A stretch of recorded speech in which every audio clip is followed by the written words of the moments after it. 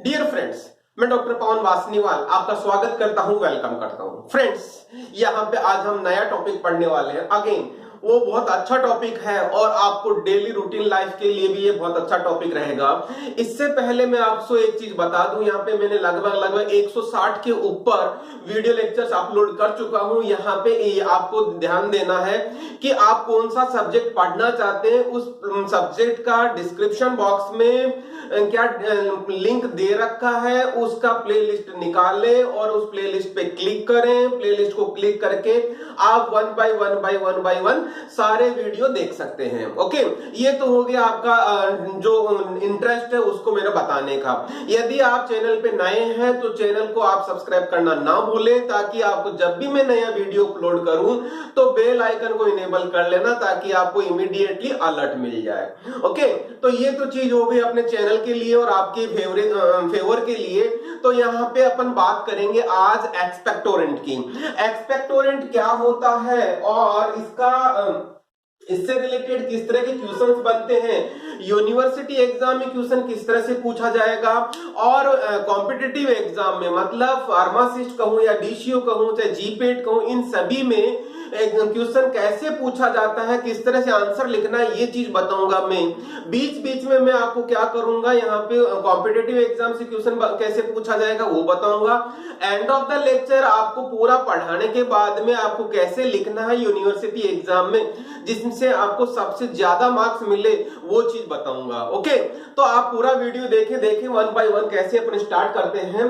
तो एक्सपेक्टोरेंट का मतलब होता है removal of secretions from trachea, bronchi and lungs. मतलब जो ट्रेकिया या लंग्स या ये क्या होगा, ब्रोंकाई, इसमें जो सिक्रेशन बना हुआ रहता है उस सिक्रेशन को रिमूव करने के काम में लिया जाता है। इसका मतलब आपको पता होगा, जब यहाँ पे सिक्रेशन जमा हो जाता है उस टाइम हमारे खांसी चलती है, इसका मतलब मींस कफ निकलने लग जाता है। इसका मतलब ये एक्सपेक्टोरेंट का यूज क्या हो गया, ट्रीटमेंट ऑफ कफ। कफ का मतलब यहाँ पे जो बलगम निकलता है हम उसकी बात कर रहे हैं, खांसी होती है हम उसकी बात कर रहे हैं। इसको समझने के लिए देखना आप, ये सपोज हमारा ट्रेकिया और ब्रोंकस वगैरह है और ये हमारे लंग्स हैं, ये लंग्स हैं। ओके, तो यहाँ पे आपको समझना है कि यहाँ पे खांसी कफ जम गया बहुत ज्यादा, लंग्स वगैरह में जम गया, तो यहाँ पे खांसी जम गया। तो ये ध्यान देना, इसको किस तरह से यहाँ पे जमने की वजह से इसकी सरफेस पे जम जाता है, इसकी सरफेस पे जम गया, इसकी वॉल पे।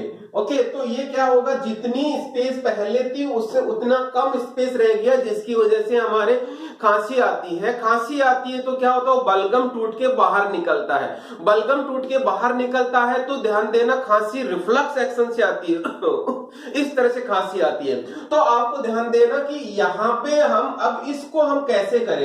यदि आपको खांसी बहुत ज्यादा दिनों तक रह गई तो ये आपको पता होगा कि यहाँ पे ऐसे छिलने लग जाता है गला। वो रीजन क्या है कि हमारी यहाँ बलगम बाहर रिफ्लेक्स एक्शन से बार बार खांसी आती है, जिससे हमारी जो ये म्यूकोसा है वो म्यूकोसा क्या होती है, बहुत सेंसिटिव होती है, तो उसकी सेल्स पे इन्फ्लामेशन होने लग जाता है।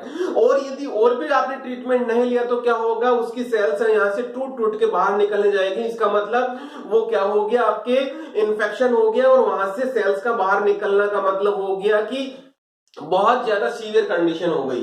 तो यहाँ पे अब इसको देखना, ये जो एक कफ जम गया, ये जो सर्दी की वजह से जो कफ जम गया, उस कफ को हम कैसे निकाल लेंगे, उसका मतलब हम बात करेंगे इसके मैकेनिज्म ऑफ एक्शन की। तो इस कफ को निकालने के लिए पहला मेथड क्या है देखना, decrease viscosity of bronchial secretion. मतलब जो यहाँ पे जम गया उसको हम लिक्विड फॉर्म में कन्वर्ट कर दें, उसकी विस्कोसिटी कम कर दें, तो क्या होगा, हमें खांसी आएगी तो बड़े आराम से कफ बाहर निकल जाएगा, इसलिए उसका एलिमिनेशन बड़ा आसान हो जाएगा।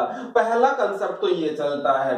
दूसरा कंसेप्ट देखना friends, increase respiratory secretion fluid. मतलब यहाँ पे जो सिक्रेशन हो रहा था रेस्पिरेशन की वजह से उनकी ट्रैक में, वो सिक्रेशन का हम इंक्रीज कर दें तो बट वो से उससे क्या होगा, उससे ये होगा कि वहां का विस्कोसिटी कम हो जाएगी। विस्कोसिटी कम हो गई तो जो उस तरह का एक्शन आता है उसको बोलते हैं डिमल्सेंट एक्शन, मतलब यहाँ पे हमें सूदिंग इफेक्ट दिखता है, उसको सूदिंग इफेक्ट या डिमल्सेंट एक्शन बोलते हैं। ओके, और नेक्स्ट थर्ड पॉइंट आता है reflex action due to irritation action on gastric mucosa. हम क्या करें, हमारे गैस्ट्रिक म्यूकोसा पे, keep in mind gastric mucosa पे हमने रिफ्लेक्स एक्शन दिया, जिसकी वजह से क्या होगा, हमें खांसी आएगी। खांसी आएगी तो खांसी के साथ में जो बलगम है वो बाहर निकल जाएगा। यही हमारा टारगेट है, क्या, कफ रिमूवल, जिसकी वजह से कफ रिमूवल हो जाएगा। तो ध्यान देना, एक्सपेक्टोरेंट का मैकेनिज्म एक्शन ये है और इसके 3 मेथड्स ये है। तो अब हमें ये मेथड का मतलब ये हो गया, अब हम कौन सी ड्रग देंगे उसके बेसिस पे उसका एक्शन होगा। मतलब आपको एग्जांपल्स याद करना पड़ेगा। एग्जांपल्स कौन कौन से हैं, इसके आपको एग्जांपल्स ये हैं। आपको एग्जांपल देखने के लिए देखिएगा, पहला हमारा आता है कौन सा, अमोनियम क्लोराइड जिसको बोलते हैं, जिसको हम NH4Cl बोलते हैं।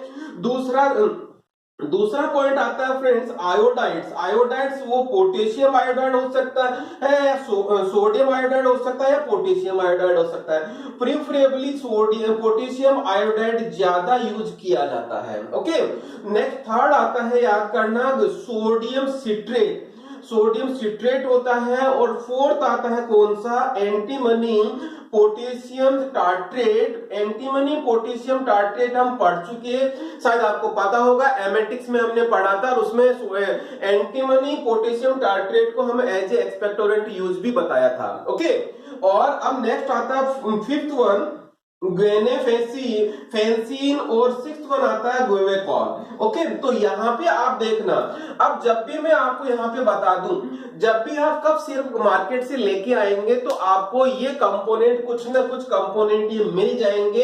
इस बार आप या घर में आपके कफ सिरप रखी है तो उसमें ये कंपोनेंट देख लेना। एलोपैथिक कफ सिरप की बात कर रहा हूं। जनरली आपको यहाँ पे अमोनियम क्लोराइड मिल जाएगा, पोटेशियम आयोडाइड मिल जाएगा, सोडियम सिट्रेट मिल जाएगा, गुएनेफेसिन मिल जाएगा। Comparatively antimony potassium tartrate comparatively कम यूज किया जाता है। ओके, गुएवेकॉल मिल जाएगा। तो यहाँ पे अब ये तो हो गया इनका एग्जांपल।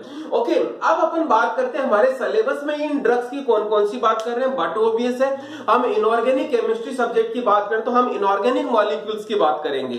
तो हमारा जो पहला ड्रग मॉलिक्यूल आता है वो ये है अमोनियम क्लोराइड।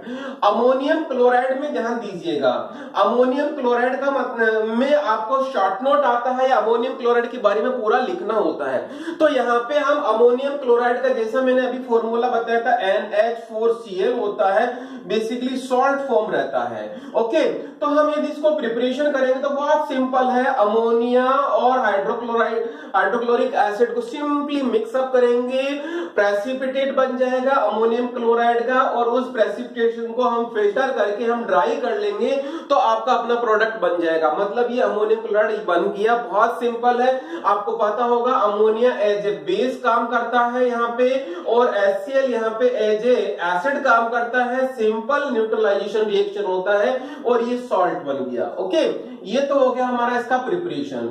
अब यदि जो सॉलिड अमोनिया होता है, अमोनियम क्लोराइड होता है, अब उसकी प्रॉपर्टीज क्या है आपको ये समझना होगा। प्रॉपर्टीज में यदि आपने लैब में देखा होगा तो पहली प्रॉपर्टी है व्हाइट क्रिस्टलाइन पाउडर होता है। ये जनरली कोई बुक्स में आपको कलरलेस भी बोला जाता है, लेकिन जनरली अपन व्हाइट क्रिस्टलाइन पाउडर होता है। Keep in mind hygroscopic nature होता है, इसका मतलब मॉइस्चर को वो क्या करेगा, वो एब्जॉर्ब करेगा। ओके, एब्जॉर्ब करेगा। तो ध्यान दीजिएगा, यहाँ पे मॉइस्चर को वो एब्जॉर्ब करता है। तो जब भी हम इसकी स्टोरेज की बात करेंगे तो क्या होता है, स्टोर इन, क्या कहेंगे आप लोग, tightly closed container. Tightly closed container में ही हम उसको स्टोर करेंगे। क्यों? क्योंकि वो हाइग्रोस्कोपिक नेचर का, यदि हम खुला रख देंगे तो एनवायरमेंट से क्या करेगा, मॉइस्चर को एब्जॉर्ब कर लेगा। ऑब्जॉर्ब करने से वो खराब हो जाएगा, उसका हाइड्रोलिसिस हो जाएगा, तो ये हम नहीं चाहते। ओके, फिर आता है यदि थर्ड पॉइंट की बात करेंगे, ऑर्डरलेस, उसमें कोई स्मेल नहीं आती, लेकिन उसको टेस्ट करते हैं तो सैलाइन टेस्ट होता है, मतलब सॉल्टी टाइप का टेस्ट होता है। ओके, जैसा कि ammonium chloride as a salt है। फिर आता है सोल्ट है, कीप इन माइंड सॉल्ट है और वो भी इनऑर्गेनिक है, तो जनरली वाटर सॉल्युबल होता है। और यदि हम इसके सॉल्यूशन को, इसके एसिडिक सॉल्यूशन, इसके सॉल्यूशन को यदि हम पीएच पता करें तो एसिडिक पीएच होती है 5% सॉल्यूशन इसका 5.5 to 6.0 की पीएच की रेंज में इसकी पीएच शो करता है। ओके, फिर आता है यदि हम इसको हीट करेंगे, यदि हम इसको डायरेक्टली हीट करेंगे, किसकी बात कर रहे हैं हम, सॉलिड अमोनियम क्लोराइड की बात कर रहे हैं। इसको यदि हम हीट देंगे तो आपको ध्यान रखना है कि सब्लाइम हो जाता है, कपूर की तरह लिक्विड कंडीशन में नहीं आता, डायरेक्ट वेपर में कन्वर्ट हो जाता है, इसलिए इसको क्या बोलते हैं, सब्लाइम ऑन हीटिंग। तो समझ में आ गया होगा, यदि हम इसको हीट करेंगे तो डायरेक्ट ये वेपर में कन्वर्ट होता है, ना कि ये लिक्विड में। क्लियर? ये तो हो गई इसकी प्रॉपर्टीज। अब बात करते हैं इसके यूजेस की। यूजेस में फ्रेंड्स बहुत सिंपल है, जैसा कि हमारा पहला एक्सपेक्टोरेंट पढ़ रहे हैं तो पहला यूज हो गया हमारा as a expectorant, keep in mind as a expectorant. Clear? अब आपको ध्यान देना है, ये तो हो गया हमारा एक्सपेक्टोरेंट 100% काम करेगा और आपको बहुत सारी कप सिरप में ammonium chloride as a ingredient मिल जाएगा। ओके, फिर दूसरा यूज है फ्रेंड्स, ये दूसरा यूज हो गया, पहला यूज आपका एक्सपेक्टोरेंट हो गया, दूसरा यूज है diuretic. As a osmotic diuretic ये काम करता है।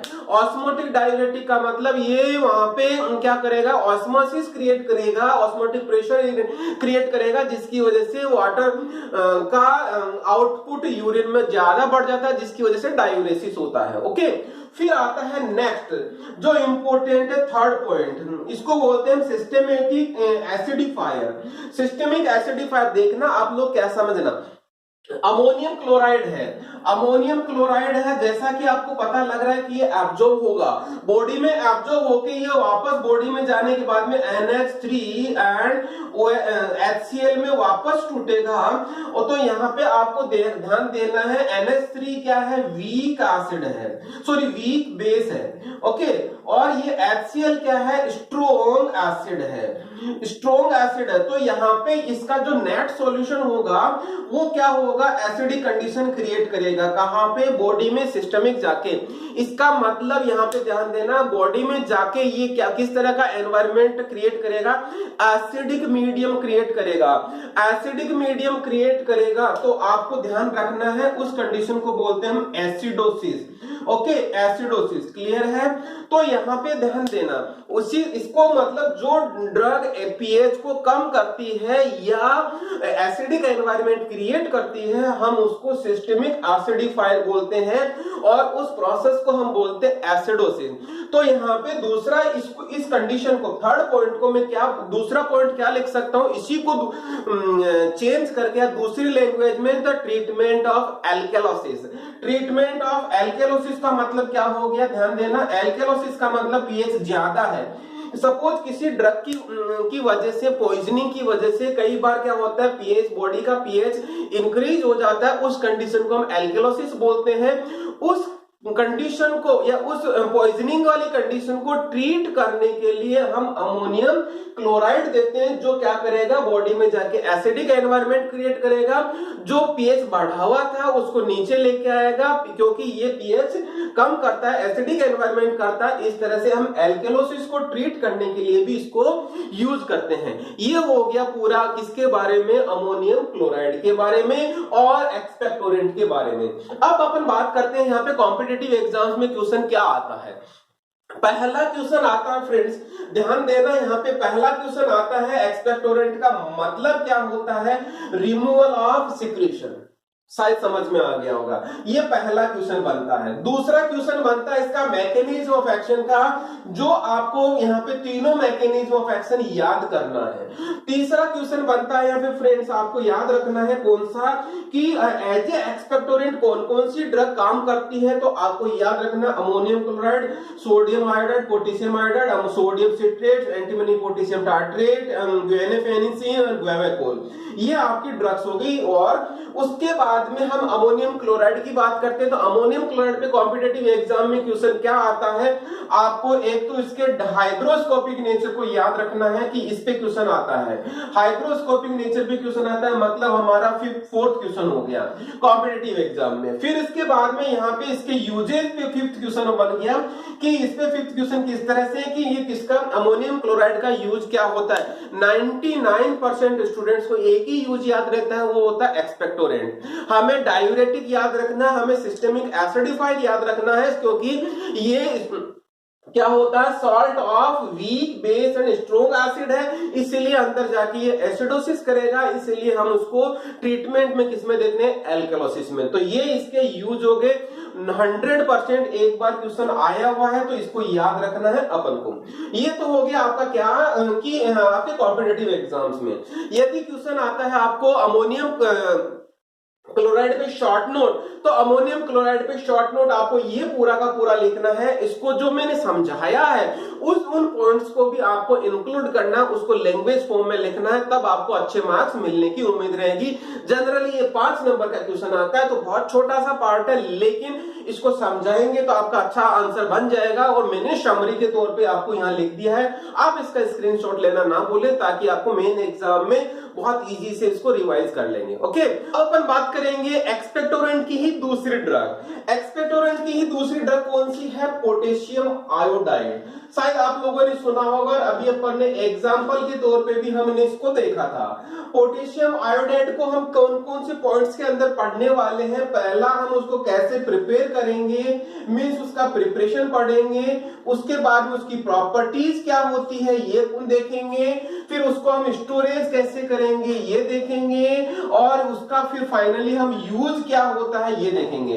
तो ये इसके पॉइंट्स रहेंगे। यहाँ पे आपको पहला अपन को ध्यान रखना है पोटेशियम आयोडाइड का, जैसा आपको पता है KI इसका फॉर्मूला होता है, तो इसको बनाने के लिए हम क्या करते हैं, KOH मतलब पोटेशियम हाइड्रोक्साइड की रिएक्शन आयोडीन के साथ करवाते हैं। ओके, इसको बोलते हैं हम potassium hydroxide. Okay, potassium hydroxide लिख देता हूं मैं, ये हो गया पोटेशियम हाइड्रोक्साइड। अब अपन को ध्यान देना है, जब रिएक्शन होती है तो पोटेशियम ये बोलते हैं, इसको बोलते हैं आयोडेट बनता है, पोटेशियम आयोडाइड बनता है और वाटर मॉलिक्यूल बनता है। ये हमारा पोटेशियम आयोडाइड बन गया, लेकिन यहाँ पे आयोडेट इसको बोलते हैं आयोडेट, पोटेशियम आयोडेट बन जाता है यदि हम उसकी फिर से कार्बन के साथ, मतलब ये एक्टिवेटेड चारकोल होता है, कार्बन क्या होता है बेसिकली चारकोल होता है, तो अपन को ये याद रखना चारकोल, चारकोल के साथ में यदि उसको गर्म करते हैं तो अगेन ये क्या करता है पोटेशियम आयोडाइड बना देता है और कार्बन मोनोऑक्साइड गैस के रूप में बाहर निकल जाता है। इसका मतलब देखना, जो पोटेशियम आयोडाइड कंप्लीटली यहाँ पे हमारा ये बन गया। ये तो हो गया हमारा प्रिपरेशन। इसको हम क्या करते हैं, फिल्टर करके हम रिक्रिस्टलाइज कर लेते हैं, तो इस तरह से हमारा जो प्रोडक्ट बन गया पोटेशियम आयोडाइड। क्लियर? अब अपन बात करते हैं इसकी आपको प्रॉपर्टीज की, जैसा अपन ने डिस्कस किया था फ्रेंड्स। इसका पहला प्रॉपर्टी है, देखिएगा, इसकी क्यूबिक और हेक्सागोनल क्रिस्टल्स होते हैं जो जनरली क्या होंगे, कलरलेस होते हैं या ट्रांसपेरेंट होते हैं। ट्रांसपेरेंट का मतलब आर पार दिखता है। ओके, फिर एक नेक्स्ट आता है, keep in mind, hygroscopic nature है, हाइग्रोस्कोपिक नेचर है, इंपॉर्टेंट है, याद रखिएगा। फिर उसके बाद में नेक्स्ट है सॉल्युबल इन वाटर में भी बहुत अच्छे से सॉल्युबल हो जाता है, ग्लिसरीन में भी सॉल्युबल हो जाता है और अल्कोहल में भी सॉल्युबल हो जाता है। जब अपन इसका क्या करते हैं, इसका पीएच सॉल्युबिलिटी के बाद में हम उसका सॉल्यूशन का पीएच देखते हैं, तो जनरली इसका पीएच न्यूट्रल होता है, मतलब लगभग 7 के आसपास पीएच रहता है। ओके, ये चीज तो हो गई है। और अब अपन ने याद रखना, एक तो क्या हो गया हाइग्रोस्कोपिक नेचर हो गया ये वाली चीज। दूसरा, यदि हमने इसको खुला रख दिया तो क्या होगा, मतलब एयर के कांटेक्ट में आएगा, जैसे एयर के कांटेक्ट में आएगा ऑन एक्सपोजर टू एयर, तो ये कैसा कलर का हो जाएगा, येलो कलर का हो जाएगा, मतलब उसका डीकंपोजिशन हो गया। डीकंपोजिशन की होने की वजह से क्या होता है, उसमें जो आयोडीन था वो लिबरेट हो गया, आयोडीन की लिबरेशन की वजह से वो क्या होता है, येलो कलर का हो जाता है। ओके, क्यों? क्योंकि ये ध्यान देना, ये क्या था, कलरलेस था और ट्रांसपेरेंट था। इसका मतलब जब भी आप पोटेशियम आयोडाइड लो, यदि वो येलो कलर का, इसका मतलब वो खराब हो चुका। ओके, अब अपन बात करते, देखना, यदि वहां पे लाइट एंड मॉइस्चर रहता है तो इस डीकंपोजिशन, ये वाला डीकंपोजिशन और ज्यादा होगा। मतलब लाइट की वजह से और मॉइस्चर की वजह से ये डीकंपोजिशन एक्सेलरेट हो जाता है। डीकंपोजिशन एक्सेलरेट होगा तो वो जल्दी खराब होगा। इसका मतलब जब हम उसको स्टोर करेंगे तो क्या होगा, हाइग्रोस्कोपी मतलब मॉइस्चर लेगा, लाइट से भी सेंसिटिव है, मॉइस्चर से भी सेंसिटिव है, और वो येलो कलर का हो जाएगा। इसलिए ध्यान दीजिएगा, ये एयर टाइट कंटेनर में हम इसको रखेंगे तो हवा का आना जाना ही नहीं होगा। दूसरा, protect from light and moisture, ये चीज इसका स्टोरेज का पॉइंट हो गया। शायद आपको समझ में आ गया हो। क्यों? क्योंकि उसकी प्रॉपर्टी ही ऐसी है। इस प्रॉपर्टी की वजह से हम क्या करेंगे, इसको स्टोर इस तरीके से करेंगे। अब अपन एक प्रॉपर्टी और रह गई, ये क्या करता है, आयोडीन डिसॉल्व हो जाता है in water. Generally iodine, pure iodine water में सोल्यूबल नहीं होता, लेकिन यहाँ पे पोटेशियम आयोडाइड के साथ में, ये पोटेशियम आयोडाइड के साथ में वाटर में बड़े आसानी से डिसॉल्व हो जाता है। वो कैसे होता है, हम पोटेशियम आयोडाइड की उसमें रिएक्शन आयोडीन के साथ होती है तो पोटेशियम ट्राई आयोडाइड बनता है, और ये ट्राई आयोडाइड वाटर में सॉल्युबल होता है। इस तरह से हम पोटेशियम आयोडाइड के साथ में आयोडीन का सॉल्यूशन बनाते हैं। ओके, ये तो हो गया आयोडीन की प्रॉपर्टीज।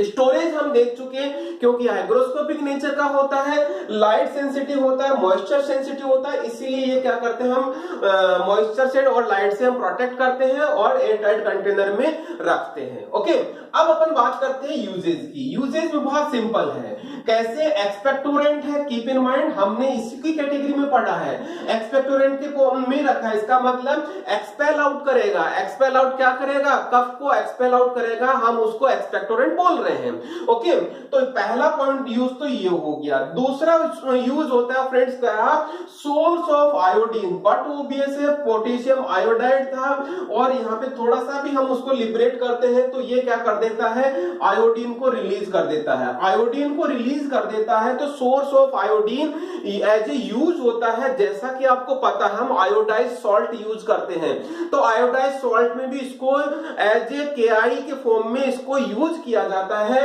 तो पहला इसका ए पॉइंट हो गया, सोर्स ऑफ आयोडीन में पहला ट्रीटमेंट ऑफ गॉइटर, शायद पता होगा, थायराइड की प्रॉब्लम होती है, उस कंडीशन में हम ट्रीटमेंट के आयोडीन के सोर्स फॉर्म में लेते हैं, कौन सा, पोटेशियम आयोडाइड। दूसरा यूज हो गया फ्रेंड्स बी, जिसको अपन कहेंगे बी, ट्रीटमेंट ऑफ हाइपरथायरॉयडिज्म।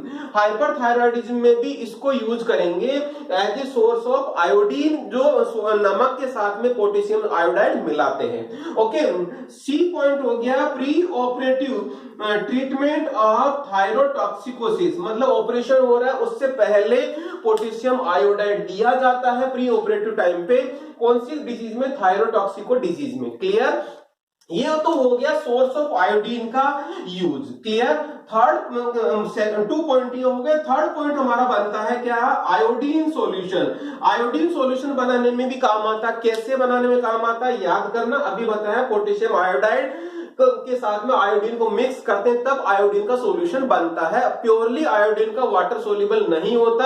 यदि सिंपल आयोडीन को मैं वाटर में सोल्यूबलाइज करना चाहूं तो आयोडीन सोल्यूबलाइज नहीं होता, इसलिए उसके साथ में पोटेशियम आयोडाइड डाला जाता है। पोटेशियम आयोडाइड डालने से KI3 बनता है, KI3 वाटर सोल्यूबल हो जाता है। और ये जो हम आयोडीन सॉल्यूशन बनाते हैं, ये आयोडीन सॉल्यूशन बनाते हैं तो यहाँ पे ध्यान देना, जो भी आयोडीन सॉल्यूशन होता है वो क्या होता है, एंटी माइक्रोबियल होता है।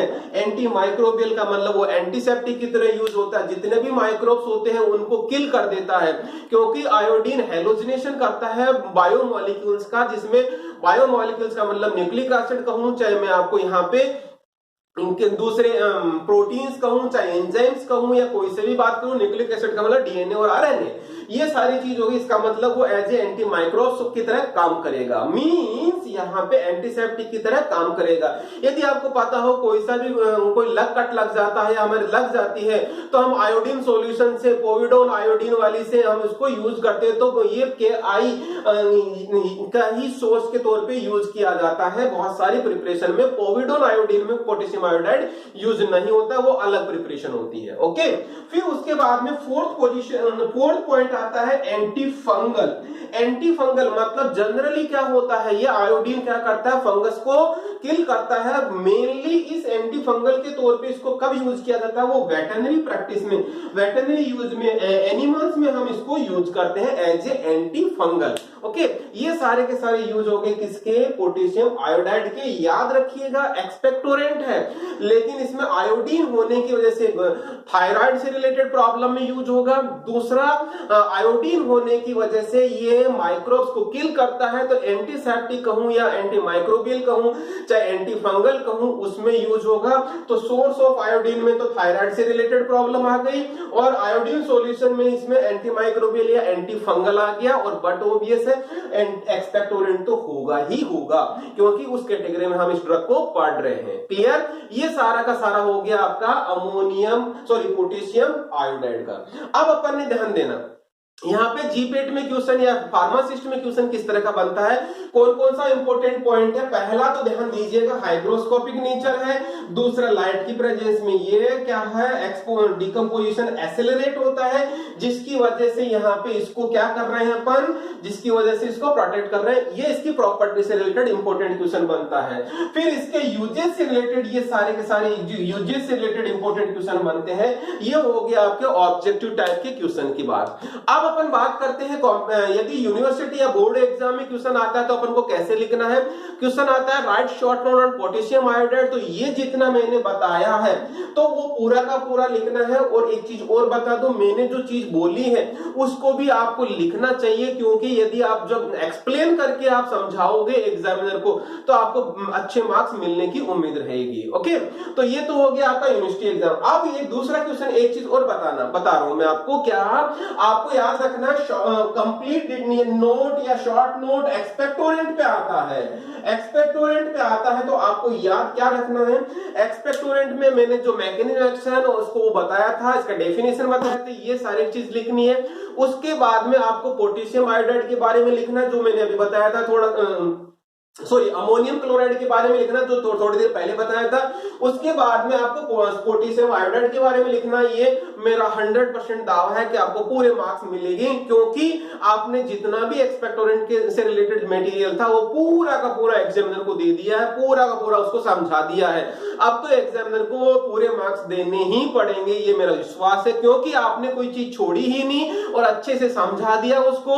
लेकिन याद रखिएगा, आपको आंसर कैसे करते टाइम इस तरह से क्रोनोलॉजिकल ऑर्डर में और पॉइंट वाइज लिखोगे तो बहुत अच्छे नंबर मिलेंगे। ओके, ये चीज हो गया पूरा का पूरा एक्सपेक्टोरेंट। क्लियर है? ये इस नए वीडियो के साथ मैं आपको फिर से मिलूंगा। आपने पूरा वीडियो देखा, मैं इसके लिए आपको बहुत बहुत धन्यवाद देना चाहूंगा। यदि आपने चैनल को सब्सक्राइब नहीं किया है तो चैनल को सब्सक्राइब करें, फ्रेंड सर्किल में जितना हो सकता है उतना शेयर करें, ताकि उन सब का भी भला हो सके। Thank you once again.